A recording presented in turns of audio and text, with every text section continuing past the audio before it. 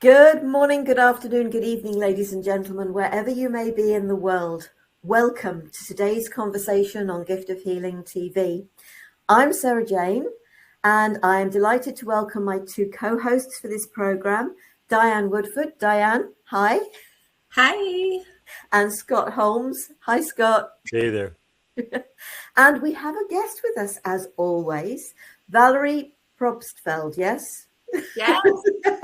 Valerie, thank you for joining us. Thank you so much for having me. I'm now going to hand over to Diane, as Valerie is Diane's guest. So over to you, Diane.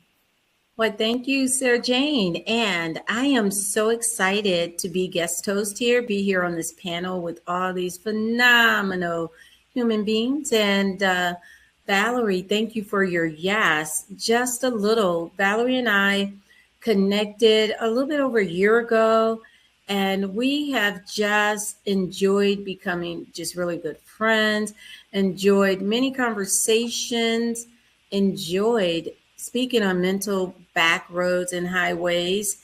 And Valerie is just near and dear to my heart already. So Valerie, I'm going to pass the mic to you and you can speak more. Well, thank you so much, Diane. And thank you, Sarah Jane and Scott. This is an incredible platform, and I am so honored to be a part of it. And I am thrilled to talk with y'all about mental back roads and highways. It's something that's near and dear to my heart. And a little bit of a backstory about that is a lot of what I talk about is from my motherhood paradigm shift. And what that means is before I became a mom, I thought I was going to be a perfect mom. I thought I was going to be this A+ mother. I am a nurse practitioner, worked so much in pediatrics. And I remember my mom's angry face when I was a child. Remember just an angry face. And I didn't know why mom had an angry face, but I didn't like it. And I remember thinking, I am not going to have an angry face with my kids. And so with my background in pediatrics, my determination to be a perfect mom, I was just good to go. But within 10 minutes of my first being born, she was taken to the NICU, and my illusion of control just swept away. And I had no idea what to do with that. I didn't study for that. I had emotions that I did not think that were possible. I was angry. I was frustrated. And I remember just being completely caught off guard by that. And fast forward a few years and a lot of journaling, working on my inner self of how can I kind of work through like not being perfect, not like I feel like I'm failing at being perfect. Like maybe I'm yelling or I'm more anxious than I thought I was.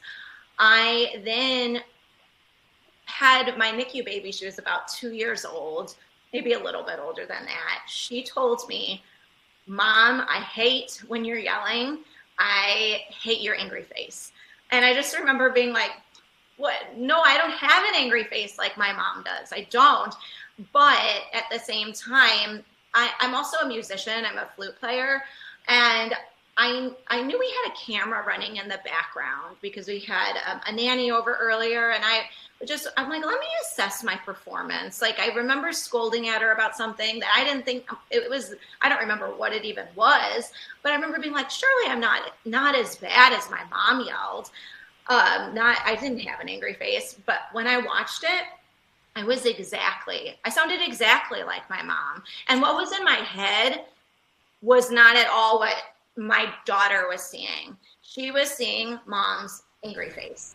And that was my first like real perspective paradigm shift. And for other people, other stories, it may not necessarily be with motherhood, but for me, it was this, I am trying so hard to do something differently, but yet I have these highways in my head, these highways of maybe if we're running late, of yelling or being like thinking worst case scenario and being worried. And I just can't do it. I felt like a failure. But around that same time, I learned about Carol Dweck and the growth mindset.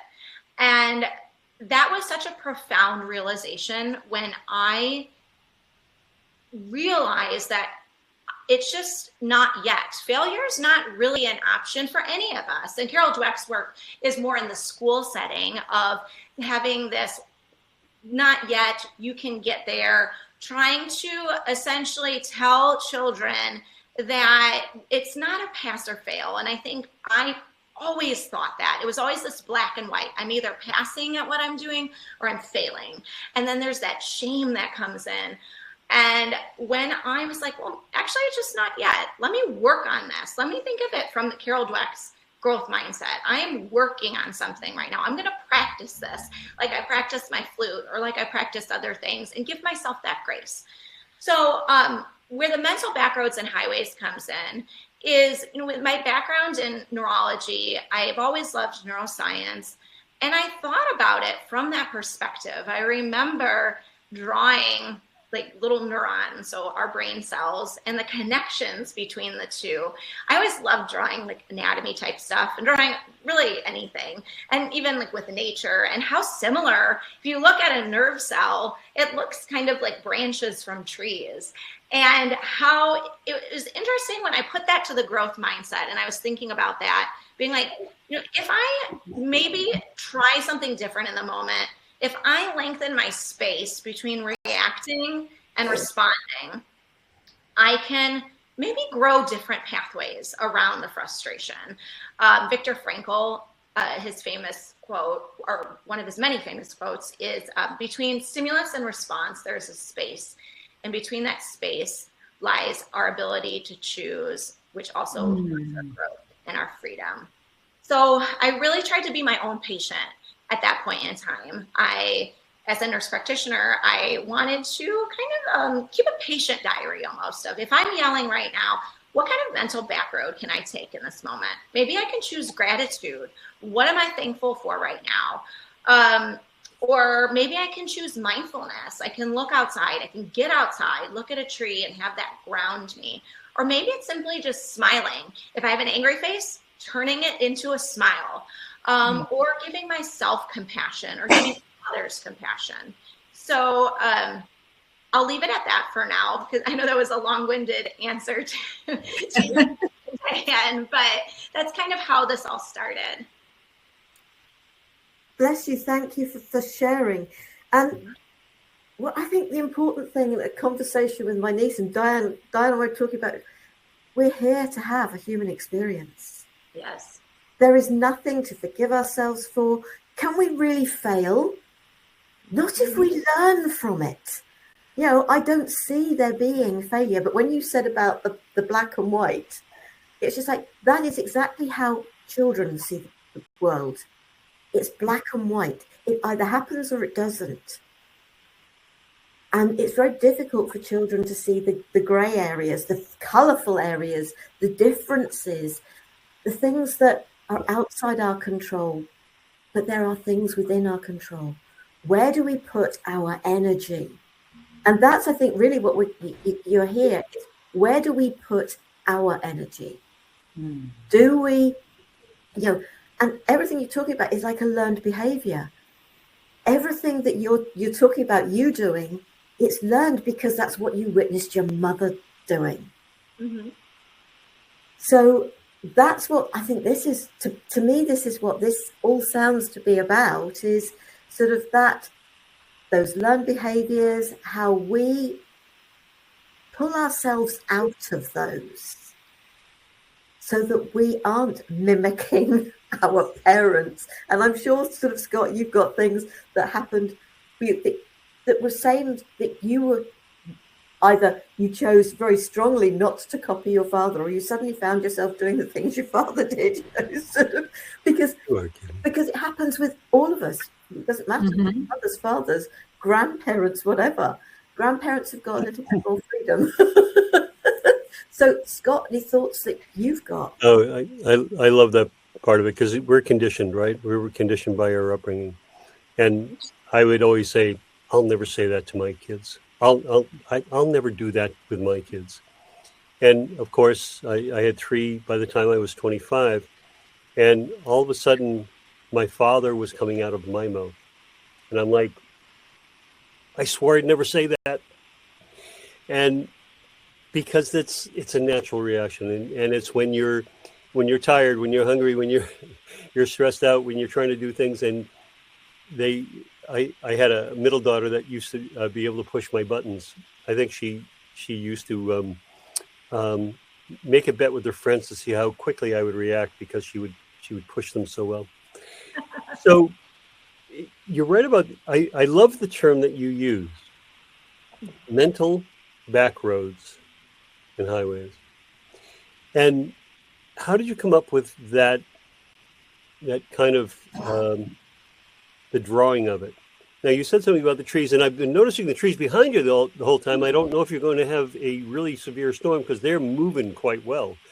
But you talked about the trees, and they were just going crazy. But how did you come up with that kind of picturing of the back roads like that? That's a great way to put it into frame. Yeah, thank you so much for that question. And yeah, I think the storm's coming tomorrow night, so we'll see what happens with the trees, but I do see them moving a lot in the background. And I've always had this, I think, this artistic side of me that I just love drawing and noticing. Like I try to, when I can, when the weather works out, if it's right now, to have the trees in the background, because I think it gives an important perspective as to, like we were talking about earlier, that black and white, and how it, like the green behind me, there's so much there. There's so much color. There's so much imperfection, but that makes the trees beautiful. And when I came up with the visual of the mental backroads and highways, it was when I was doing one of my many runs. I love to run when I can, not necessarily in like training for all the, I do like half marathons every now and then, but I really just like to get out into nature and to run a little bit. And outside of my parents' house, not right outside, but close by, there's this beautiful trail that was created a while ago, where it was essentially, they took the prairie and like the Midwestern prairie and made it like it used to be. It was kind of like a prairie restoration project. So it was about 10 years in the making when I was running this one day. And there's a highway overpass when I run underneath the highway. And I was noticing like the beautiful tall prairie flowers, the purples and the golds. And I was thinking, I love history. And I was thinking about how, you know, sometimes wagons or whoever was walking through those flowers it would be difficult to push through those. Like you would be making a pathway essentially, and kind of like your brain, kind of like taking a different route. It's difficult. It is hard to pause and not react as opposed to respond. But over time, once I trailblaze that path, it will become easier. And the highway above me was kind of where I saw that, like, wow, well, how quick those cars are going, but how kind of slowly it would be for me to trailblaze this. But over time, it does create more traffic pattern.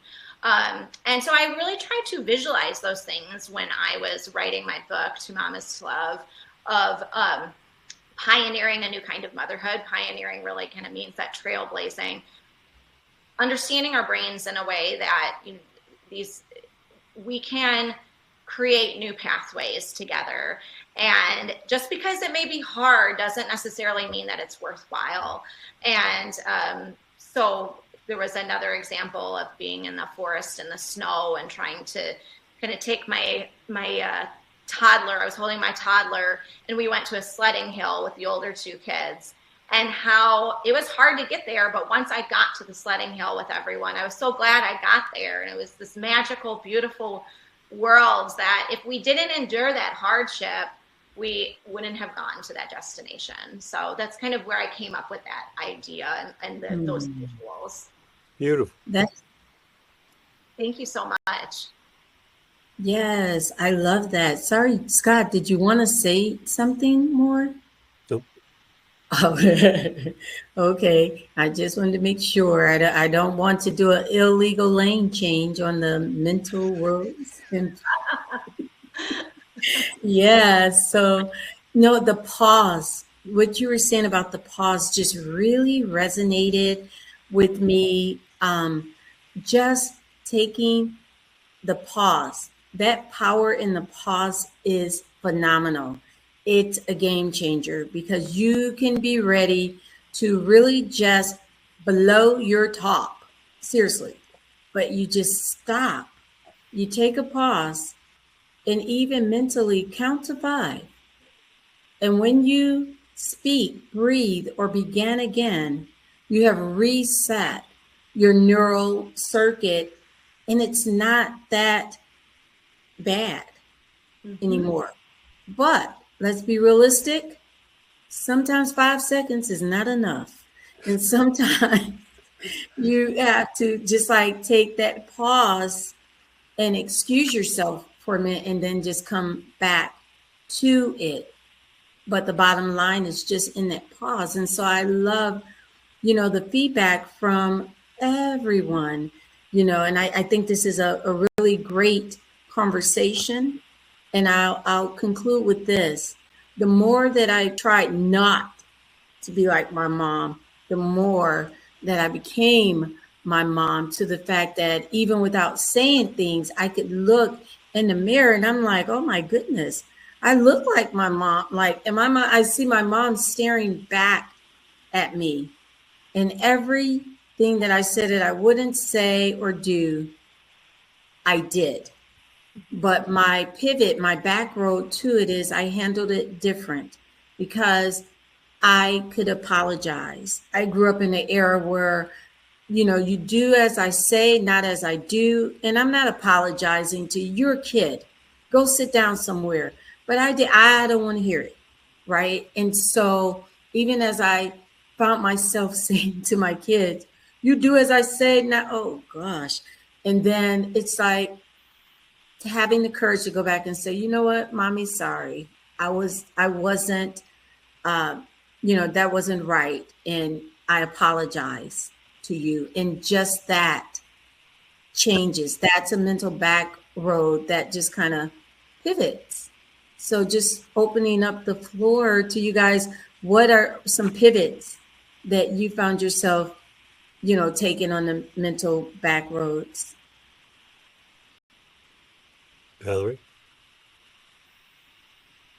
Yeah, I think for me, I have 6 mental back roads that I use a lot. And then I talk about in my book with journaling exercises with, first and foremost, I would say a big one, that the first one I started out with was gratitude. Was in this moment, lengthening that space between reaction and response, kind of like thinking about this is a false alarm that my fight, flight, or freeze, the amygdala, is producing.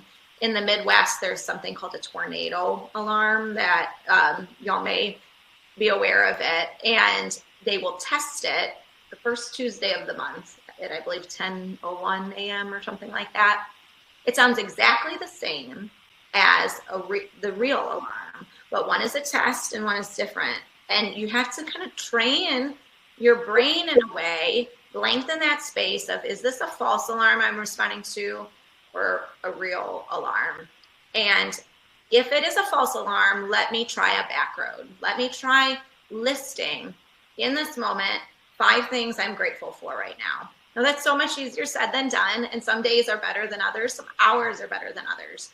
But if I flip that switch, I can create that new pathway, or maybe not create a new pathway, but have more traffic on that pathway. When I was writing, I had a story about a skunk, that my dog went outside and got sprayed by a skunk. And I was so frustrated about this because it was a Saturday morning. I was supposed to relax. And instead I was cleaning up after skunk smells, and I was getting frustrated at my husband who didn't want to get up and do it.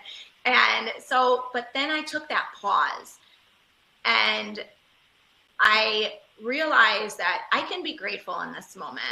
Like I'm grateful right now that my husband is willing to help. I'm grateful right now that it's a Saturday morning. I don't have to get the kids out of the door. I'm grateful right now that I can spend some time that I wasn't going to spend with them just in a different way. Like we can read books together. So I would say that's one of them I really enjoy. And I encourage all of y'all, like I have a question for you guys, since this is a conversation, I would love for y'all to kind of share something that you're grateful for today. You don't have to do all 5, but maybe if we can kind of share that, and anyone who's listening can think about that as well. Grateful for. Oh, I am grateful for so much. And I say so every morning. It's just something that is part of a routine, if you like. I love nature. I get to walk in nature. We've had sunshine today. And believe it or not, we've actually had some snowflakes today. But looking out at the garden, we've got tulips, all sorts of colours coming up because the friend that I share the house with, his mother was Dutch and he spent so many summer holidays in Holland. So he was so used to seeing tulips. It's one of his favourite flowers. So we've got tulips all over the garden. What's not to be grateful for if we're grateful for nature? But you don't have to think about 5, but it's just like life is to be grateful for. Now, there are experiences that, probably rather not have. But when I think back to what was my life quake, my wake-up call, that broken jaw that gave me 6 months of pain and sleepless nights. No, I was not grateful for it at the time. And that was probably the better part of 30 years ago now. But I am so grateful for it because it helped me to find me. It gave me the courage because of the exhaustion. So things that we're going through that are tough, yes, we've got to get through them.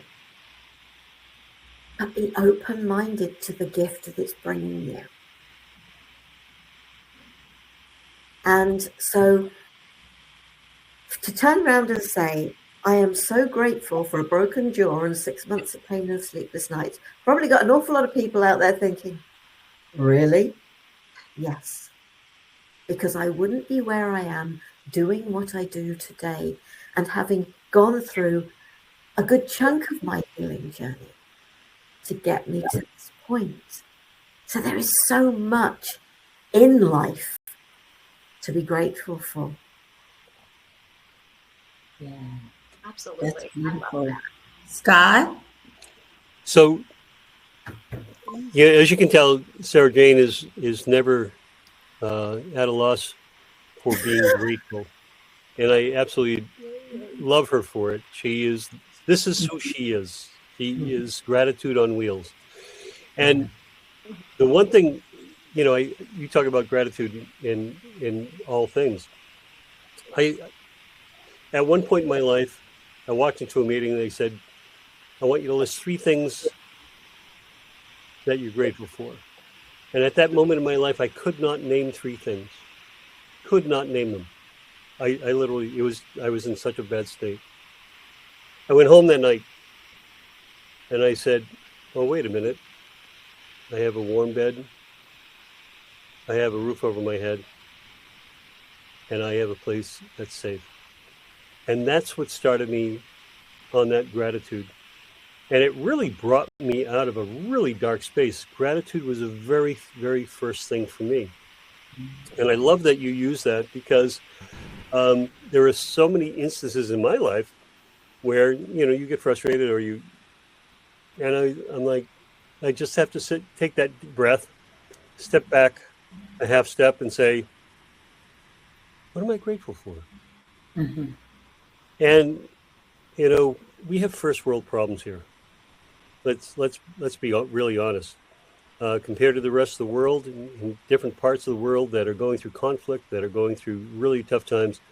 We have first world problems, although we're not living those lives, so we don't see them. But just being grateful that we have what we have, no matter what the situation. And the other thing that I always found is that no matter where I was, whether I was worried about the bills, paying the rent, or anything else, I always felt that I was in abundance, that I had more than I ever needed. And so I could always give of myself, give of my time, give to somebody else to be able to help them. Because if you look around, there's always somebody that you can bend down and give a hand to be able to bring them up. And therein allows my gratitude to take form. And that's how I see gratitude in all aspects. Diane. Beautiful, Scott. Thank you so much. I'm going to piggyback off of Sarah Jane and life. I am grateful for life. I am especially grateful for life in this moment, having lost a really dear friend, within the last few weeks, and it was sudden. And I am grateful to be able to take and put the mental back roads and highways into application. And by that, in a state of grief where I literally could not stop crying. I couldn't stop crying. And then when I stopped crying, I pivoted. And when I pivoted, the first thing that I grabbed hold to was gratitude. I began to be grateful for my life and still being here. I began to be grateful for the beautiful life force that was my friend and all the beautiful times that we had together. I was grateful for the opportunity to shine with her.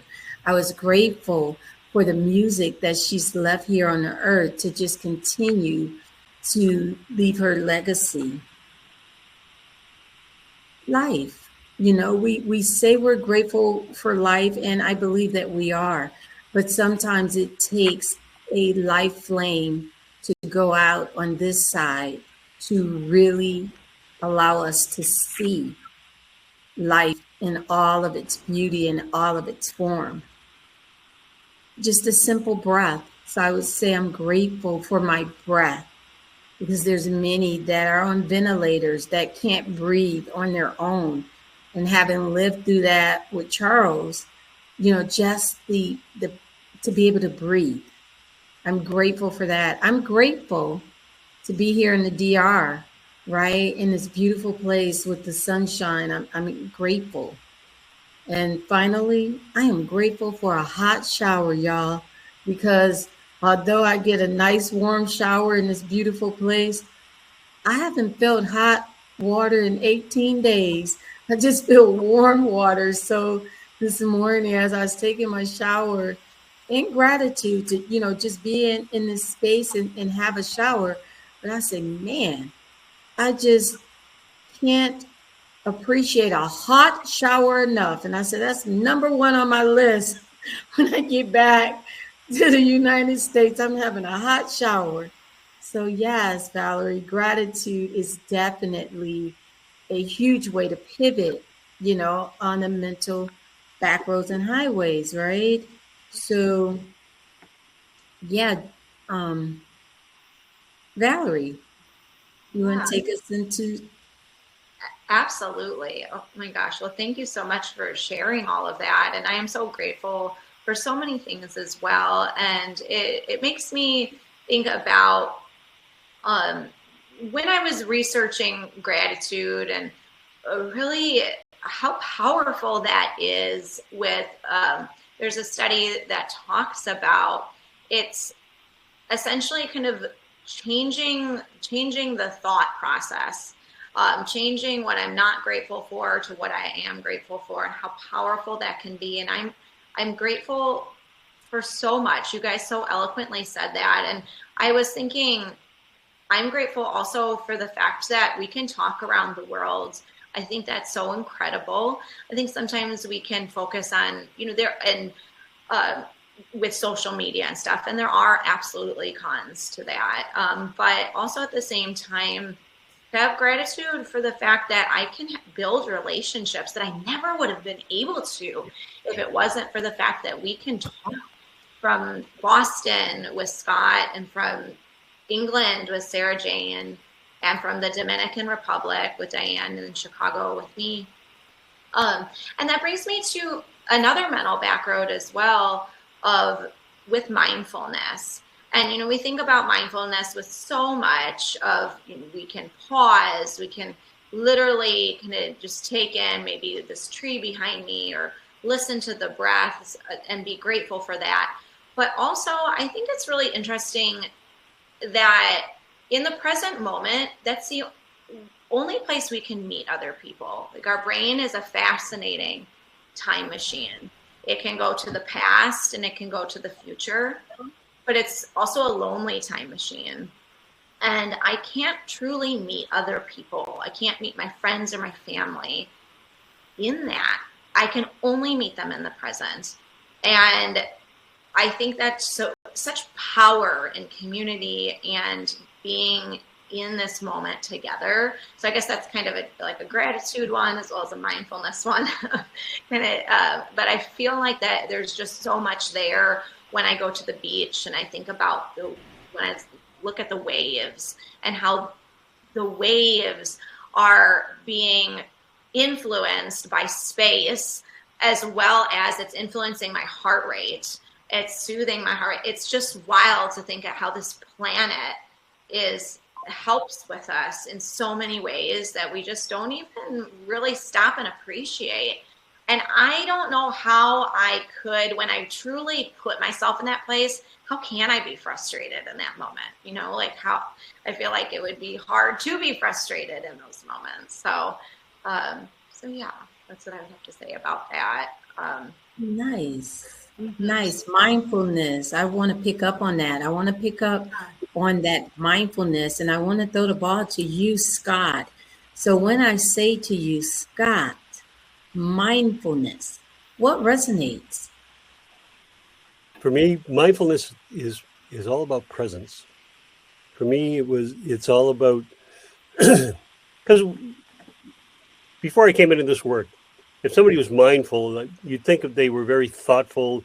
They were very, quiet, understanding, very scholarly, very tied to really being present. And as I've gone through with this work, presence means everything. How we relate to one another, how we act and react with one another, but also what we give to one another. Now, if Diane, I see that you're going through a hard time or you're having trouble, I pause and I see what you need. Maybe you just need me to listen. I used to have, reminds me, my wife, she's a school teacher, and she would come home and she'd complain about a kid or a situation, and I'd say, okay. And she'd complain, and I'd always have to ask her, do you need me to listen, or do you need me to solve it? I'm a guy, and I am an automatic problem solver. So if you put a problem in front of me, I'm going to tell you, this is what I think you should do. This is how I think you should go about it. So many times she'd just say, no, I just need you to listen. And I'd say, okay. I said, I just want to let you know that if you come and complain the third time, then we're going to have a talk about how to resolve it. But it's all about, for me, it's all about presence, about that connectedness to each other, that connection we have. Valerie, you brought a really great point up about being able to talk all the way around the world. My daughter, I live in Boston, and my daughter went to Europe in her junior year in college. She went abroad. And I paid $400 phone bills for phone calls from France, Italy, Luxembourg. Incredible. And now it's a touch of a button. We download an app, it's a free call. Okay, no problem. So how technology's allowed us to make those connections. There's another whole argument about it's brought the world smaller and people further apart, but that's another whole story. But it's that mindful, just really being present, and for me, thinking from a place of compassion with other people about what is it that I can do that would benefit them. Love it. I love it. And Sarah Jane, same question. What resonates? Now, this is a difficult one for me, believe it or not, because I keep hearing this word mindful and mindfulness, and it's just like, but I've never actually gone into it. I am who I am. And one of the things that I learned was a technique called metamorphic technique. And I've been doing that for quite a lot of years now, not quite as long as the Reiki, but nearly. And it's a technique that works on the feet, the hands, and the head. And I can show on the hand, because obviously I've got a hand here, my foot's right down there on the floor. And it literally works, and it's the spine area of the foot, the hand, and the head. And within the learning of that is also taking you from preconception through birth and through your life, so on up through the spine. And so if you think about your coccyx, that's in that area of conception and birth. And so when I'm working with the chakras, if I feel anything in those areas, get anything in those areas, I know it's to do with early childhood. But it's about changing the energy pathways in your body that helps you to let go of old unwanted behaviors, those things that don't serve any purpose anymore. But you don't have to think about it, because this movement, this gentle movement on your foot, your hand, and then there's an aspect on your head. So a session is 20 minutes on each foot, 5 minutes on each hand, and 5 minutes on the head. So you're doing most of it lying down, but you have to sit up for the head bit. And I have found that amazing. I haven't had to think about changing those mental pathways, because it has happened. To become a practitioner, I not only had to give 50 hours worth of sessions, I had to receive 20. And just a silly little example. If something went wrong with a piece of equipment, move or whatever, I would get really stressed about it. And it would be, right, it's not working anymore, it's got to go in the bin, I've got to buy a new one. And I had some lodgers, and they kept rabbits in their bedroom, and they hoovered up all the straw. And so my hoover was clogged. Well, I didn't know that until I couldn't get the thing to work. And rather than going into it was a couple of weeks later, I suddenly thought, I didn't react the way I always had. I was like, okay, fine. Turned the hoover upside down, did what I needed to do, was able to unclog it, and the hoover still worked. But in the old days, I'd have got so angry, so cross, thrown the thing away, but spend money I hadn't got. So it worked. So it's find what works for you. Because it is, I suppose, in its own way, a form of mindfulness. You talk about listening to people.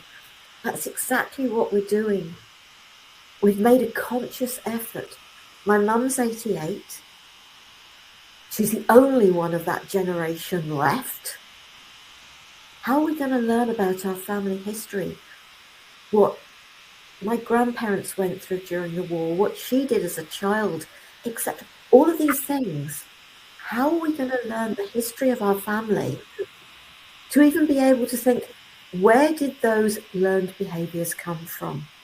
And that is something, but it's about listening. Yeah.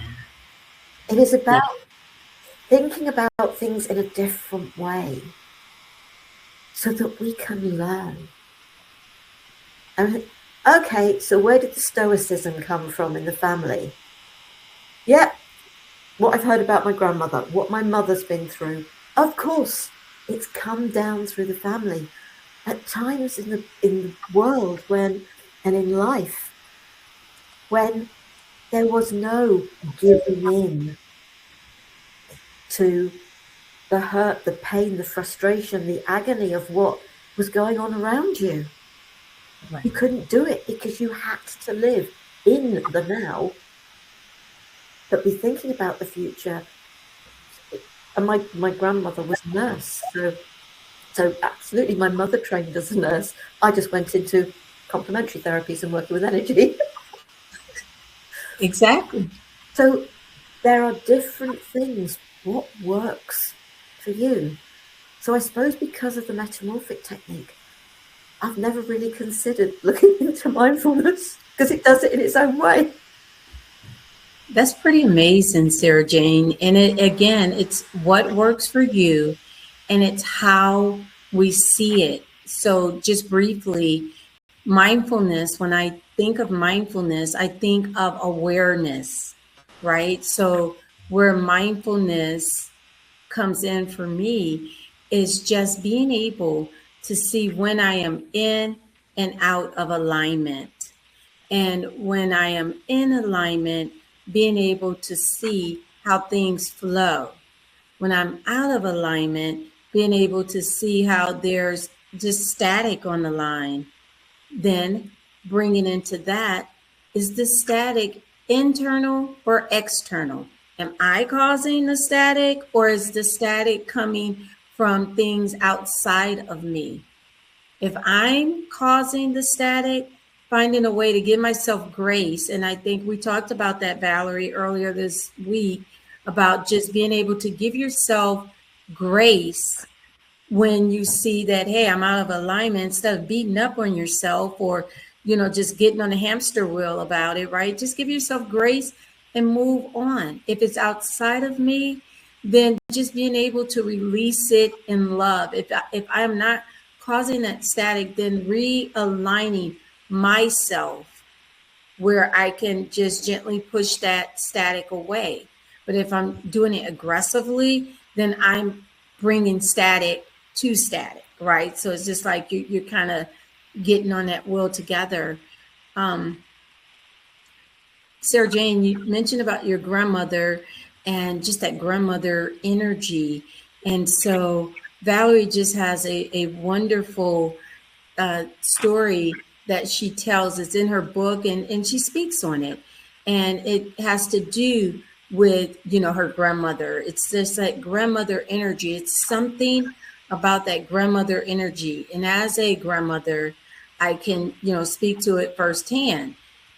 There's a wisdom, there's experience, there's learning, and there's a safety in that.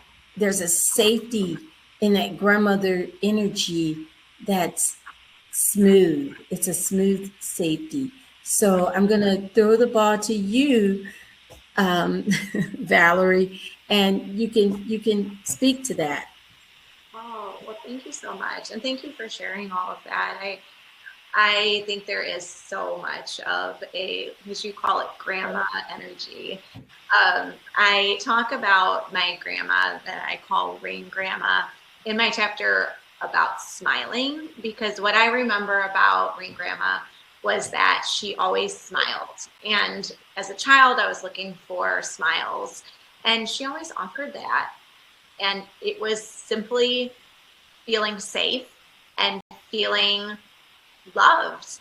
And so when I get frustrated or when I get anxious, sometimes I just bring in, as you call Diane, grandma energy, Rain Grandma. I think about smiling, and it is so powerful. And we think about how simple that is of smiling, but it does. Numerous studies support how that pricks the brain, essentially. And we can do that at any point in time to anyone. We can even smile to ourselves. And as you're saying, giving ourselves that grace. And there's just so much power there. And I also want to be cognizant, Sarah Jane, you were talking about stories and storytelling. I think there's so much power there. And sometimes some of the most captivating books I feel like are photo albums where you can share stories of your family. You can share different things that brought you joy. You can talk about stories. And gosh, I just love talking about that with my kids, in particular, sharing stories about Rain Grandma. And so yeah, thank you so much for asking that. And that kind of also brings me to a mental backroad of kindness, because Rain Grandma exhibited that, which we think about, there's so many opportunities to give others kindness, as well as I think we think about self-kindness, right? Like we have, John Gottman talks about with, in particular with married relationships, like the 5-to-1 ratio of 5 negatives to 1 positive. And I think that's so profound. And I try to think about that with myself. Like if I'm giving myself negative talk, I need 5 positives. And maybe I said that wrong. Sorry, 5 positives to 1 negative. So I will give myself 5 positives to counteract that 1 negative. So that's another back road that I think sometimes I can maybe like envision Rain Grandma again, of that smile. I'm like, what would Rain Grandma say to me right now? If I can't think of something, what would she say? Or what would a good friend say? And I think that can kind of help open up the door to those things as well. Yes. So Valerie, do you have a question that you want to put on the table as we're winding up our wonderful discussion? Do you have a question you'd like to put out to us? Oh gosh, well, I have so many questions. Like, I feel like, well,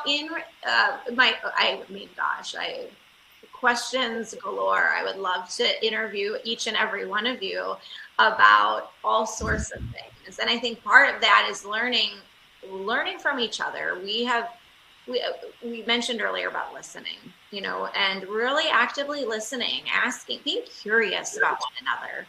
I think that's so powerful. I would say a question I have for everyone and for anyone who's listening is, how can you show kindness to others or to yourself today? What can you do today to promote that? So this came up. There's a friend of mine who's writing a book on kindness. And he's saying, how can we become a kinder place in 20 years? How will it look if we were kind all the time until there? And really defines kindness versus being nice. Mm-hmm. So somebody has something on their face and you want to be nice. You don't really want to say anything, but they have this thing on their face and you're not really sure how to do it. Well, the kindest thing you can do is tell them, oh, by the way, you have this here. Even though someone might not think that it was very nice. There's a lot of examples of that. But kindness is about doing it through compassion. There's a filter there. That whatever you do it through compassion, to be able to have that sense of safety, that sense of trust, that sense of, it's not negative. When it's done through compassion, kindness, even though it may be tough, becomes very, very, a much more positive aspect of life. Mm-hmm. And so it's, can we be kind in the smallest and in the largest parts of our life? There's a back road there, and I fully understand that. And I love your analogy of the back roads. When you're making for yourself, they're pretty tough to walk through, especially initially. Mm-hmm. But as you do it more and more often, it becomes easier to trek that way. You make a trail, and then you make a road, and now it's your preferred way of traveling. It's your preferred method of traveling. It's your preferred way to handle life, and that is really what we're all about. I talk to people about taking their journey, and I ask, what does their path look like? Is it got trees overhung and rocks and everything you got to climb over? Or is the path that you're walking on fairly clear? Mm. And so, how much of that friction do you want in your life? And that kind part of me, when I bring people along, is holding the hand, letting them know they're not alone. And sometimes, just knowing that makes all the difference in the world. Wow, that's beautiful, Scott. And I'm going to piggyback and just say, for me, kindness is letting people know I see you. I see you is one of the most kindest things that we can do, illustrated by going to a supermarket and you have the person at checkout and they're forced to wear these name tags. And I don't want you to know my name is Diane because you might be creepy and you might stalk me or something, but I have to wear this name tag. So, hi, Diane, how are you? I see you. That's a beautiful name. You know, my grandmother was named Diane. I like that name. And just that just pivots and shifts and it brings about a smile. I see you is one of the kindest things that we can do. Children, hey, Nana, can I tell you something? Nana, can I tell you something? Nana. Sure, baby. What is it that you want to say? Sure, you can tell me. I'm here. I'm listening. Kindness is to hear, just stop and hear. May be busy, and I may be right in the middle of doing something, but you have a young mind captive to get your attention. And the kind act is just to be able to say, you know what, let me just stop and listen. And you'll be surprised years later, one of the most remarkable things that that child remembers is that time when I made up this song and my grandmother was cooking and she stopped and she let me sing that song to her. It leaves an imprint. So to me, anything that we can do where we leave an impression, where we leave a smile, where we leave a person feeling heard, that's kindness from my perspective. So, and my kind act is, I see you, Sarah Jane. Thank you. I see you, Valerie. Thank you. I see you. I see you, Scott. Thank you. I see you. I see all of you, and we're running out of time. So Valerie, I could share, but I'm not going to because otherwise Valerie's got to leave. Valerie, anything finally you would like to say before we close? Well, I just love this conversation, you guys. I think this is just so important, so needed right now in this world. And I am just reflecting on what everyone is saying here, and this kindness. It sometimes stops us in our tracks, right? Like if we hear a kind remark and oh, what, someone said something about me, someone sees me, someone hears me. It's just so beautiful, and the ripples that we can create with those small moments, I think, are just so beautiful and so powerful. The waves that can be created from these ripples. It just one other story that I'm reminded of as Diane was talking was a moment where I paused with my 4-year-old at the time, and she wanted to play dolls, and I do not know how to play dolls very well anymore. I know how to like whip their hair around or have them like dance or something, but that's all I know. But this doll had a unicorn, and so I stopped and I wanted to show kindness. I wanted to show, just let's actually try to play with this unicorn. So I did it for a few minutes, and it's really hard to play with a unicorn as an adult and actually have conversations with, but I did. But later on that day, my 4-year-old stopped me when there was a sunset, And she said, Mom, look at that sunset. It looks like there's unicorns in the sunset, like the unicorns we were playing with earlier. And I don't know if y'all have seen a sunset recently, but my gosh, it does look like a lot of unicorn hair going on in there sometimes. And now I have this moment that I talk about with my, now she's almost 6, but we talk about that of like, oh, there's unicorns in the sunset again, Mom. And it just came from, I mean, literally less than 5 minutes of a kind act and the power that can be created. And I talk about, my cover of my book, his monarch butterflies on it, because there is an interesting fact about them that when they migrate in the winter, it's one butterfly that migrates from the north to the south. But from the south back up to the north in the summer, it's multiple butterflies. It's different generations that pick up. And you have a power. We have this power to create this journey. We can either keep the smile going, we could keep the kindness going, or if there's something we may want to change, we can be that migrating butterfly and do something different, but also honoring what it is that makes us, honoring our legacies.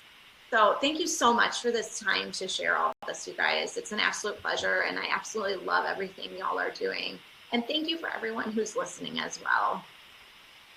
Thank you so much, Valerie. And I know you said you've got to shoot because you've got the children to pick up. So and I've put your website, etc., into the chat. So, and I'll make sure it's under the video on YouTube. So thank you so very much. Thank you so much. Close the tab down. We'll see you soon. Take care. Thank you. And obviously, a very big thank you to Diane and to Scott also for being here.